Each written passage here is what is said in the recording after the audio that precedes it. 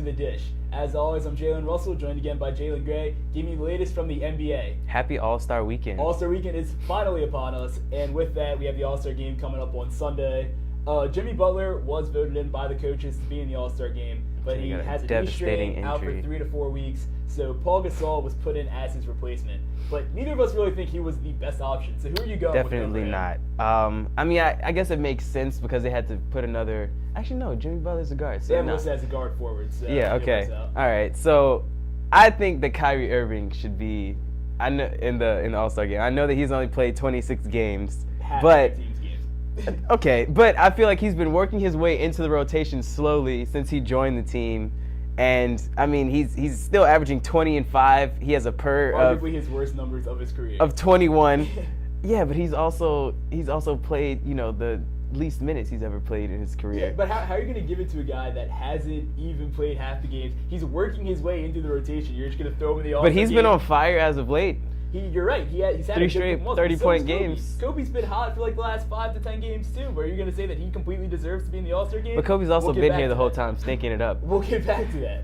But I think a guy like Kemba Walker definitely deserves it. He's won virtually nothing, and I think it's time for us to actually look at him for what he's doing in Charlotte. He's carrying that team to the 8th place in the Eastern Conference. He's averaging 20.5, 5 assists. Those numbers are on par with 3 other guards that are in the All-Star game: Isaiah Thomas, D. Wade, and DeRozan. So you're saying he's only averaging 1 more point than Kyrie. Still the same amount of assists. He's not as efficient as Kyrie, and he's also not playing with LeBron James. Which means that he's carrying the team. The defense is solely focused on him, and he's actually played all but one of the games, so he's doing this over a longer period of time.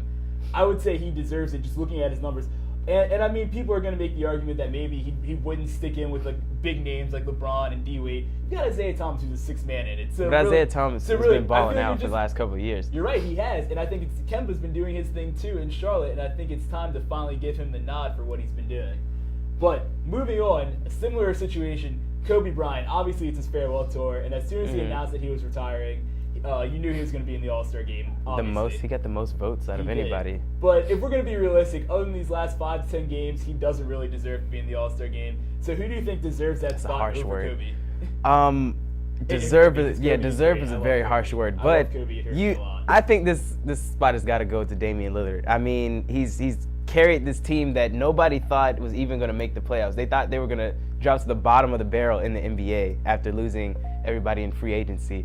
And, he's brought them to 7th in the West. He's averaging 24.3 points per game, 7 assists, and 4 rebounds. That's true. He's having a great season. C.J. McCollum's also doing a whole lot there. So I think that you could make the argument. Yeah, he's pitching in, but this is Damian Lillard's team. You're right. And if you're looking at a similar situation in Minnesota, I think that team is Karl-Anthony Towns' team, and I think he deserves the nod. No. I know he's a rookie. I know it's bold. He's won Rookie of the Month every single month so far this year. And when you look at what he's doing right now, he's played well. He's putting up 17.1 points, 10.1 rebounds. That's 9th in rebounds for the year.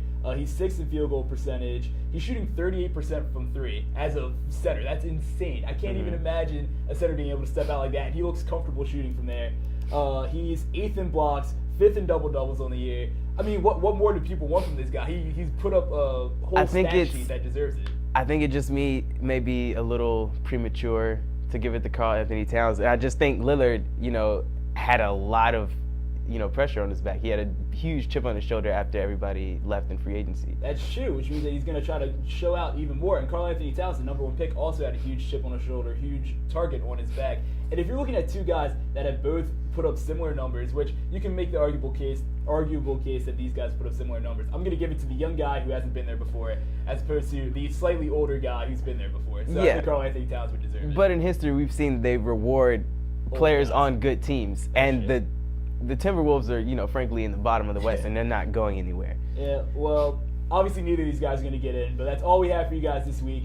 Definitely check out the All-Star Game. It's going to be one of the best of this year, especially of the Big Four sports. The West it's the is only stacked. watchable one. That's all we have for you guys today. Thanks for watching. Have a good week.